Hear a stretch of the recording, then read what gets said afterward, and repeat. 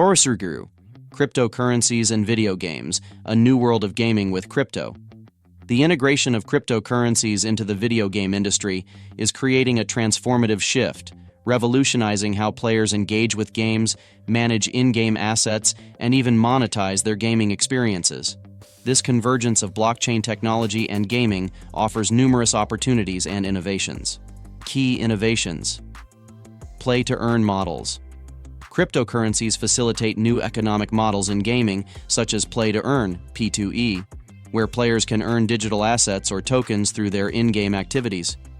Unlike traditional games where players spend money without any financial return, P2E games allow players to accumulate valuable assets that can be converted into real-world value.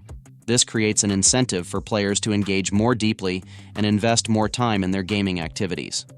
True ownership of digital assets.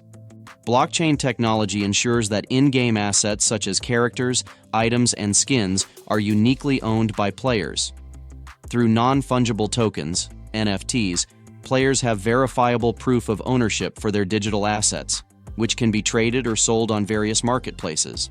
This contrasts with traditional games where assets are often confined to the game itself and can be lost or rendered worthless if the game is discontinued.